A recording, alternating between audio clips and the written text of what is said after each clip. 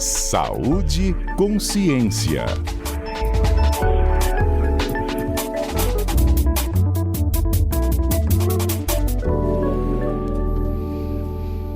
Olha, quem esteve na COP30 também foi o nosso comentarista Etel Maciel. Etel voltando, Marco Bravo indo. Daqui a pouquinho, também nas quartas-feiras, a gente vai ter a participação do Marco Bravo direto desta última semana da COP. E a pauta da Etel era saúde, né? Isso, Fernanda. Bom dia. Bom dia, um feliz aniversário. Viva o aniversariante da semana. Obrigada. Obrigada, Fernanda. Tudo de bom para você. Obrigada. Foi bom lá? Foi maravilhoso, foi maravilhoso. Assim, achei, já tendo ido em outras COPs, que a gente não deixou nada a desejar. Estava tudo muito lindo, estava super organizado. A zona verde, que é a zona mais aberta, né, onde ficam os movimentos, iniciativa privada, também estavam órgãos públicos, né, como o Banco do Brasil, Caixa, com estandes, fazendo vários atendimentos, orientações também. Estava muito movimentado, muito lindo, muito colorido, muitos povos originários fazendo, mostrando sua cultura, artesanato, música, dança, estava bem bonito. A zona azul, onde fica a negociação, é sempre uma zona mais cinza, assim, ó. Zona menos colorida. Onde ocorreram os protestos, né? Onde estão ali os diplomatas, né? O pessoal mais que está fazendo a negociação mesmo.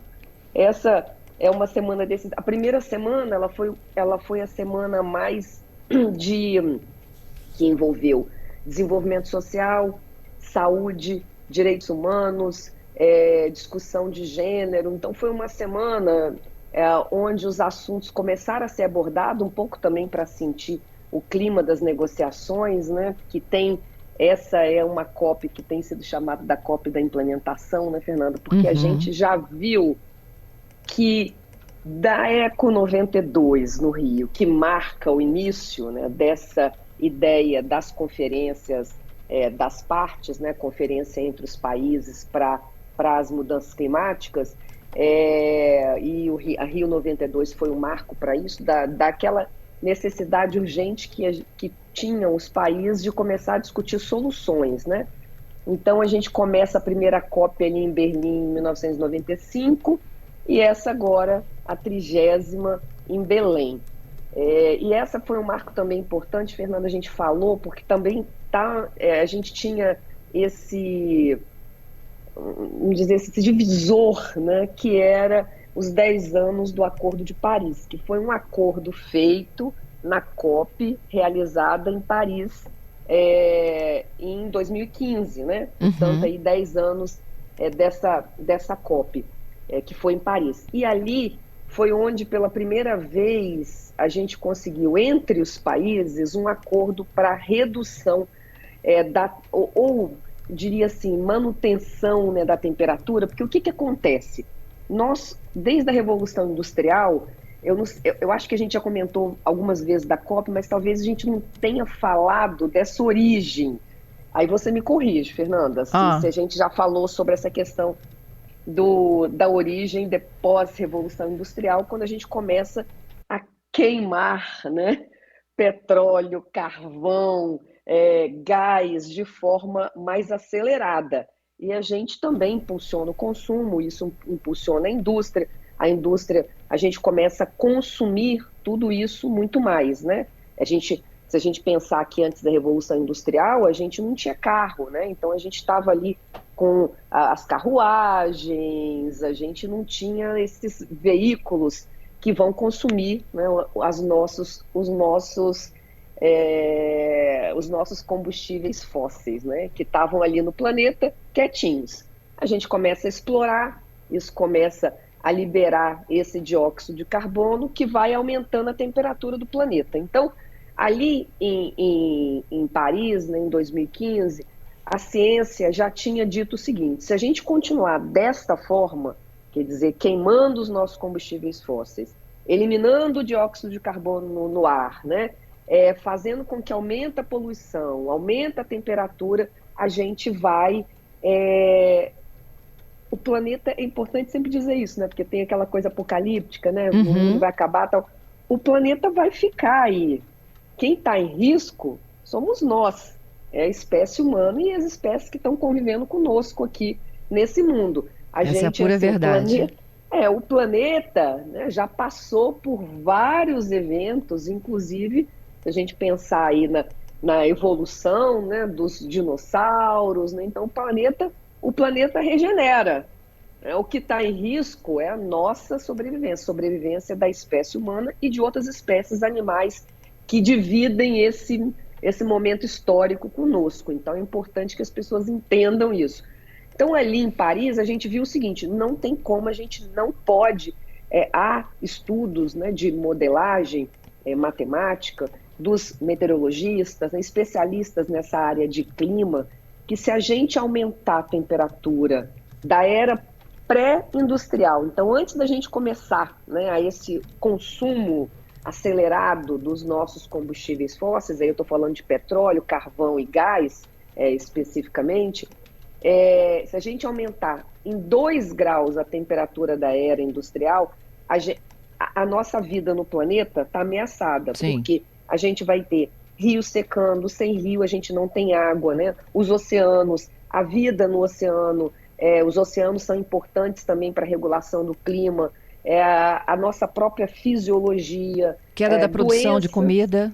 exatamente, tem a ver com agro, porque você não vai ter como produzir, né? Uhum. Você não vai ter, os grãos não vão, né, conseguir ter produção. Então a gente vai ter escassez de alimento e escassez de água, o que coloca, né, assim, a vida, como nós a conhecemos, em risco. Então, houve esse acordo e a gente chegou no ano de 2024 muito perto desse limite, porque era assim, não chegar a 2 graus, né, acima de 2 graus da era pré-industrial, tendo como limite, assim, querendo ser, para a gente ser mais conservador, não passar de 1,5. Então, 1,5 seria o nosso ponto, vamos dizer assim, de alerta vermelho, né, que o sinal vai fazer assim, e para a gente não chegar a 2 graus, acima de 2 graus.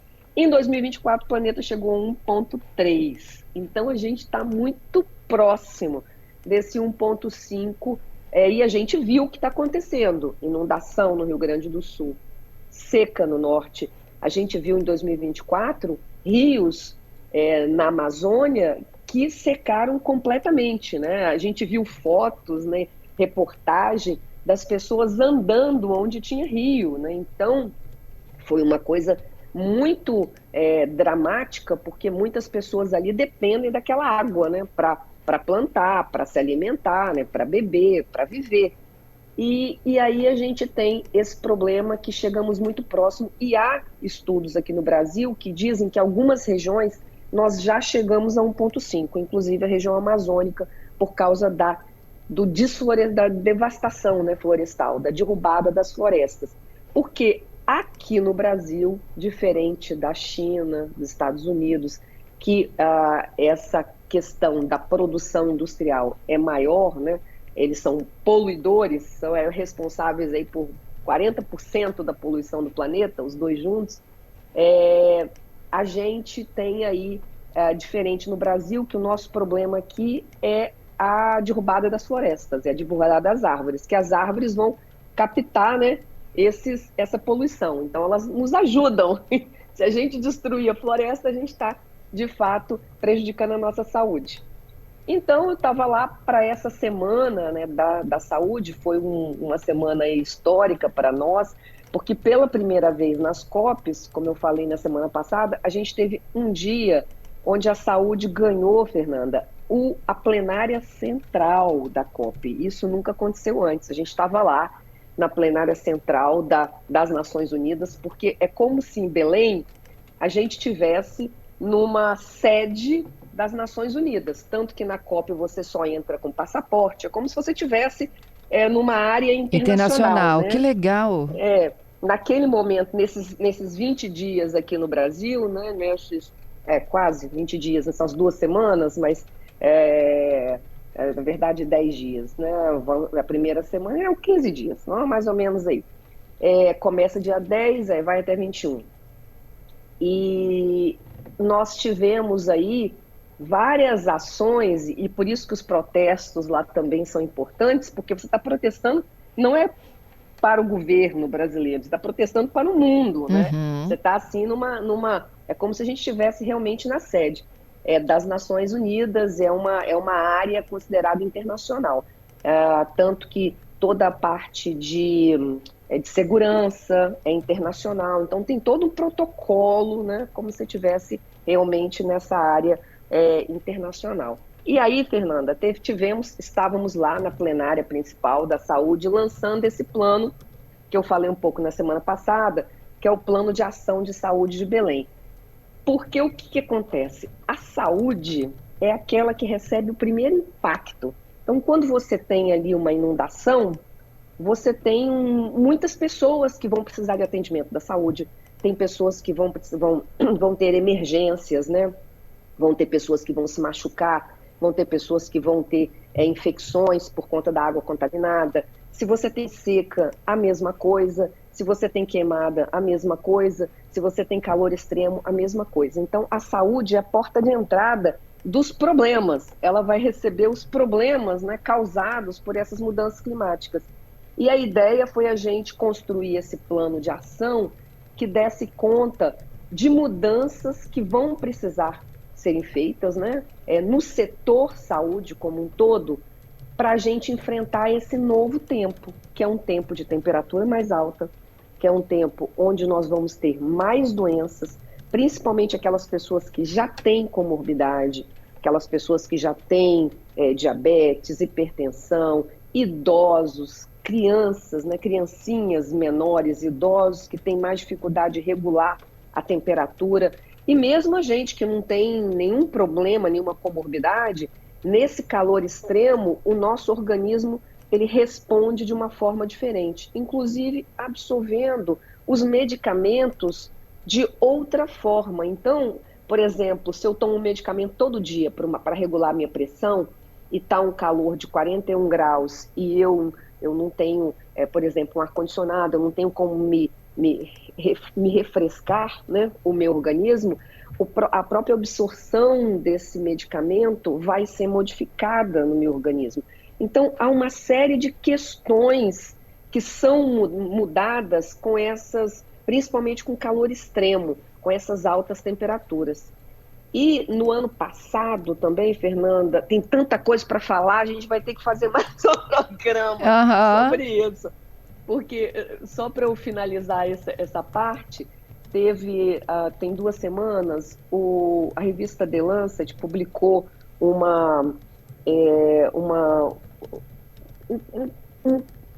diria assim, um apanhado de estudos que chama Lancet Countdown, que é como se fosse a contagem regressiva para a gente, para o planeta, né? Para essa alta temperatura e o que está acontecendo com a gente. Então, houve um aumento de mortes por desidratação, por problemas cardiológicos relacionados a essa alta temperatura. Em 2024, o Brasil, a gente enfrentou aqui 16 dias de temperatura extrema, que a gente chama, quando o termômetro vai acima dos 41 graus. Meu Deus. Que passa a ser, diria assim, compatível, né, com o funcionamento, né, do nosso organismo. Para lembrar aqui, eu também já falei, né, aquela jovem que morreu no show da Taylor Swift, que não tinha nenhum problema, mas um dia de calor muito extremo no Rio de Janeiro, 42 graus, uma sensação ainda maior. Então, você começa, a regulação do seu organismo começa a modificar e você morre, efetivamente morre. Então, houve um aumento de mortes relacionado a esse calor extremo no mundo todo e também no Brasil. Nós tivemos aumento, né, de doenças infecciosas como dengue, que também fez com que outras pessoas que não morreriam se a gente não tivesse essa alta temperatura, mas morreram porque tivemos um espalhamento grande, né, e muitas pessoas doentes. Esse ano não foi muito diferente e a gente já se prepara para esse verão. E há, Fernanda, um protocolo, para eu finalizar aqui, um protocolo de calor extremo, que também faz parte, né, desse plano de ação de saúde de Belém.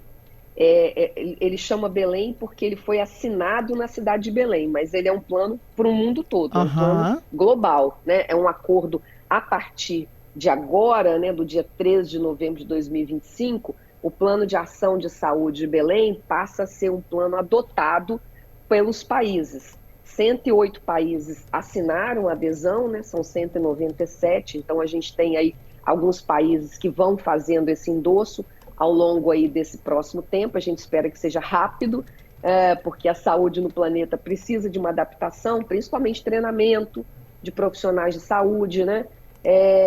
E, por exemplo, Fernanda, quando a gente tem alta temperatura, esse calor extremo acima de 41,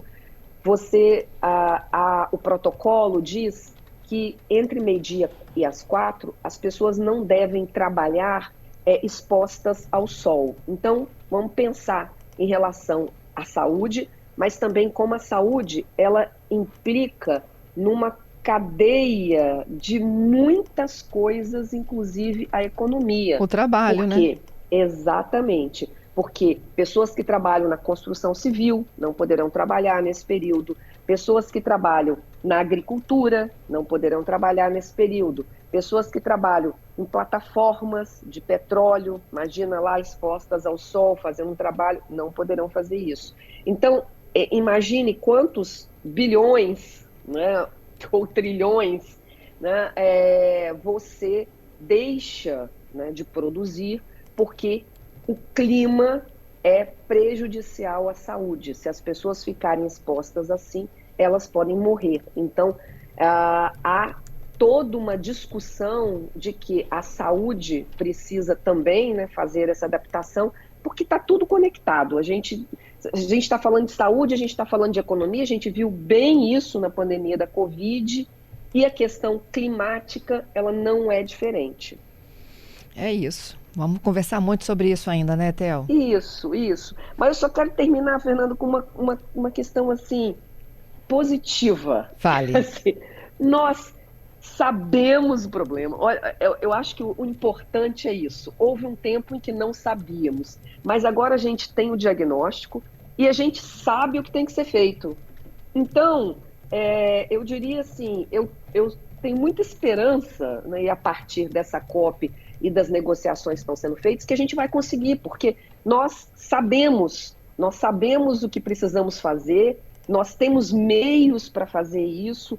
Alguns outros países já fazem isso. Vou dar o exemplo aqui da Arábia Saudita, que vive num clima de 47 graus Celsius. Então, assim, todo o sistema, inclusive produtivo, é modificado para se adaptar ao clima. Então, outros países que enfrentam isso, que já são, por natureza, né, mais quentes, e que já fizeram adaptações, a gente já aprendeu. Então, existem uma série de soluções que já existem, já estão aqui. Então, não é uma coisa, um cenário apocalíptico. É um cenário que nós conhecemos, a ciência já mostrou, a gente já sabe o que fazer e a gente sabe como fazer. Então, depende de nós. É isso. Theo, muito obrigada, viu? Obrigada, Fernanda. Um abraço. Um abraço, até a próxima terça.